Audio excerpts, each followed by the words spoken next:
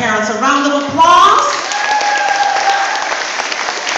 Later we will have a lot of fun on finding out who traveled the furthest and who was the oldest grandparent and who was the youngest grandparent and all of that good stuff. But for now, we're just going to enjoy our flyers as they will present. Each class will have a presentation.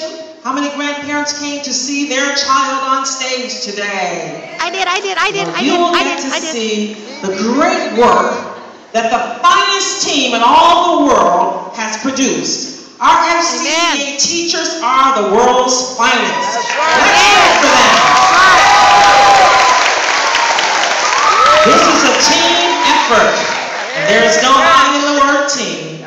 Each one of us rises and falls together. So again, I'm honored to serve on what I consider the best team in the whole wide world.